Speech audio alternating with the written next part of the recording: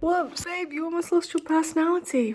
Let's get it back. Hi, hello, welcome back to In the Pursuit of Artistic Wealth. And I want to start this episode straight away, and you can tell me if I'm wrong, but I feel like in this digital era, we've really lost our personalities. Nobody has hobbies anymore. No one has really niche interests or really rare talents. And I want to solve that problem for you. So here's my foolproof method to finding what makes you tick before the internet swallows you whole. Basically, how to get your personality back without wasting time, waiting for an invite, or borderline overconsumption. Live more analog. Stop doom scrolling, fill your own cup, protect your peace. Does anyone else feel like these instructions are just empty noise at this point? Recently, it seems that all online information is there to tell us what to do, what to eat, what to wear, what music to listen to, what to like, who to hate. And I could reframe all of this and just appreciate how much information is out there, you know, inches away from our noses, how fortunate we are to have constant access to learning. Because don't get me wrong, I truly am grateful for a lot of the things that these screens provide. My gorgeously grown community on my Substack and my YouTube is probably the main one. And if you know me and my content, I am all about appreciating the smaller things in life and finding tiny things to be grateful for in the everyday to make you happier. But just for once, I'm gonna make a complaint, just a little one, just a subtle one. We have unfortunately reached the point where even the most wholesome of trends are so fast and fleeting that our minds are just too exhausted to keep up. They're too tired and we haven't given them a chance to explore for themselves. It doesn't take someone to be chronically online to find that we've seen a massive rise in living analog, protecting physical media, and I really love the direction that these trends are heading towards. However, again, it's just overconsumption and following somebody else's trend. What used to be inspirational to me, a hobby maxing crafty girl, started to send me into this creative paralysis because I wanted to start so many projects, try so many new activities, but I just had this nagging thought in my mind and I wasn't confident that these activities were actually for me. It's so easy to be sucked into an aesthetic that someone puts in front of you, to be really enticed and intrigued into somebody else's way of life if they make it look pretty, but we're not actually thinking about how it's going to play out in our lives. To give you a really random example, if I see a really fun, charismatic video of a TikTok girlie making an insanely impressive sandcastle, I'm going to feel this pull towards the immaculate vibes and want to try making my own sandcastles and get into sandcastle art, even though if I actually think about it, this would not be my thing at all, no matter how gorgeous they make it look. And that's okay. I can still appreciate and admire this talent of this hypothetical sandcastle queen without trying to copy what she's done, especially since I kind of agree with Anakin. Sand is coarse and rough and irritating and it gets everywhere, and I really don't like touching it, which is ironic considering I grew up surfing and swimming on the English coast. Bear with me, I'm struggling to word this a little bit, but do you see what I'm saying? If someone else is perfectly romanticizing something, their outfit's great, they look gorgeous, the background of the video is pretty, it makes you want to emulate that energy and try and copy and figure out how they've done that so that you can bring that into your own life, but you're not actually considering if that thing's personal to you. It's wonderful to try new things and explore the endless possibilities of your own potential, but none of it's coming from a dishonest place. You know, if you're constantly copying other people, trying new trends just to try and have somebody else's energy, then you've not really found a new hobby for yourself. What I'm really trying to say is that in essence, I feel like we've really lost the ability to develop our own personalities. I've seen a lot of videos about people talking about how you can really tell if someone's online a lot whether they have TikTok or not because their vocabulary is limited, their interests and their knowledge is limited to what's on that app. People aren't choosing to explore for themselves and truly learn to live in the real world. Just for a minute, take a step back and look at the bigger picture with me, and you begin to realize that it's really rare to find people with genuine interests or hobbies nowadays. The important thing I want you to remember is that it is not your fault. It's not anyone's fault. We've defaulted to starting conversations with what do you do, which really translates to what's your job, which really means what do you fill your days and your time with. And I totally get it. Logically, our brains think the best way to get to know someone is to find out where the majority of their time is spent, but I think it's time that we just wake up. What were you doing on the bus ride to get here is a far better way to see how people actually spend their time. It seems so simple, but you're going to find the answers to the questions. Do they read? Do they have a secret heyday obsession? I'm kind of exposing myself there. Did they have an exciting phone call? Get some incredible news? Did they chat to the stranger next to them? Who even are they? We really need to break break out of these conversational scripts, the whole "how are you? Fine, thanks, you" hypnosis that we all seem to be under, you realize that if you start asking more interesting questions to people and do fun activities with them that aren't really in your everyday life a lot, that are unique to you and your dynamic with that person, then you're actually going to get to know them because you're not sticking to this script. And so they're going to have to actually think about the answers to your questions. Well, I will give you a cute wee list at the end of this video of some unique and valuable hobbies or activities to help you get into the swing of finding what makes you tick. I really want to try my hardest not to come off as overly instructional for your sake. In what I'm saying, I'm simply inviting you to start questioning again. Maybe not taking advice on social media as gospel so much. And overall just developing your brain's ability to flourish within its own wondrous originality. There is nobody like you. You are unique, so start acting like it. The perfect place to start, I think, is to discover what you need in your life. What are you missing? Discover what you need to discover. Do you need to educate yourself more? Do you need to be more physically active? Do you need to be more creative? Whatever the energy is that you need more of, acknowledge it. I am scarily close to graduating my bachelor's degree at university soon, and I found that since mine is a creative music degree in performance and drumming, I missed having a somewhat academic source of education in my life. I missed learning. Of course, I'm constantly learning at university, but I'd describe it more as a development process on my skill over information input, if that makes sense. And this gap in my life of being academic and learning in a traditional sense really started to affect me negatively. But then I remembered I can just create my own curriculum. I find subjects like fashion, film, folklore, ancient civilizations, baking science really interesting. So interesting, in fact, that I published my famous cookie recipe on my Substack, which I will link below. But these topics make me tick. They're personal to me. My ears prick up if I hear someone talking about them in public. So I just started researching them by myself. This obviously led me to taking notes, I guess to fulfill that academic productive void that I was feeling. And this later morphed into a really unexpected love for fine line drawing. This is one of my proudest pieces. My note-taking seemed to evolve into drawing of things that I was learning about because my dyslexia means that reading and writing really takes it out of me, even if I'm enjoying it so much. It takes so much more horsepower. Happy year of the horse, by the way. But it takes so much horsepower than the average person. So my brain sort of weaved this own solution for itself, for the fatigue that I was feeling, all just because I let it. If you'd have told me a year ago that I now enjoy drawing in general, I would have laughed and said you'd mistaken me for someone else. I just didn't think it was my thing. I predicted it would be boring, and I've never been an amazing drawer. I'm much more of a watercolor or coloring in person. But here we are. Allowing myself and my mind to take control led to filling a void that I was feeling, finding a method that works for me, and gaining a new personality trait which really is personal to me. We need to start taking accountability for gaining our own consciousness. I find it so admirable and endearing when I meet someone and I can tell that they have genuine hobbies. And you can kind of tell. I don't in any way mean that we should start testing our friends on what they claim to be their interests to see if they're being performative or not. But you know what I mean? It's just a different kind of interaction. When you see someone's eyes light up when they start telling you about their favorite historic period, or when you can feel this raw and honest excitement when their favorite niche artist pops up in a pub quiz. And that only happens for you if you start allowing your brain to sit and figure out for itself what it likes, also what it dislikes, how it best engages with the world, what makes it grow, what makes it shrink. Mindless screen time definitely makes my brain shrink. It makes it hurt. I like to think of myself as the Frodo Baggins from an alternate universe, you know, where he stays and lives his full life in the Shire, and not just because of my hair. If you're new here, hi, hello, I'm Madeline. I'm from the southern English coast, and I'm a drummer, composer, journalist, and content creator. It is a pleasure to meet you. Reeling off those titles used to feel like I was showing off, like, whoa, look at all these things I can do. They're really creative and fun. But I've worked really hard to reframe that ego anxiety into authentic pride. All I've done is simply turn some of my hobbies, which I guess happen to fall into this cozy hobbity category, if you include my love of baking, painting, scrapbooking, surfing, hiking, into my way of moving through life. These authentically personal hobbies and interests make up me, my close circles, how I spend my free time, my career prospects, everything. They make me me, and nobody can convince me that developing a true and honest personality isn't worth it, for nobody's sake but your own. So I'm encouraging you to explore. I encourage you to find exactly what makes you happy, because that is the only priority you should have. Before I end this entry of In the Pursuit of Artistic Well, I would love to leave you with some personality developing activities, just so you're not left completely in the dust, worried or scared about where to go next. So my tips for finding out which activities are really personal to you is consider what your inner child was into. You know, I couldn't get enough of archaeology when I was little, so now I watch documentaries. I try and connect connect myself with other people in my area that are interested in that. You know, maybe even plan future trips around that. Speaking of, I have some very exciting travel vlogs which are coming up soon, so definitely make sure to keep up with my channel so you don't miss out on those. Also, just remember that not everything requires a paid class or an instructor to get into. I've wanted to try pottery for so long, but classes are kind of expensive and I'm a student living in London, so I just never really found an opportunity that worked for me. But you know, I waited and ruminated on genuinely wanting to try that, and I've eventually found friends that work in studios. I found clubs online and homemade kits so that I can try it out, but in a way that works for me. If you saw my first video, then you'll know that I love to consider my other lives, trying to taste as many figs as I can in one life. So if you had a creative career in another life, how can you turn that hypothetical career into a hobby in this life? Also, just think, what do you need more or less of in your life? And finally, if there's something you need to buy, can you make it yourself? And most importantly, I want you to remember, it is okay to be bad at something if it's new to you. Even if it's old to you, it's okay to be bad at it. Yes, even if your failure is public. Thank you for watching this week's video. Reminder that I post an article and a video on my YouTube and my Substack every single Friday, and it is free to keep up with both. So why not? Until next time, remember to taste all the figs.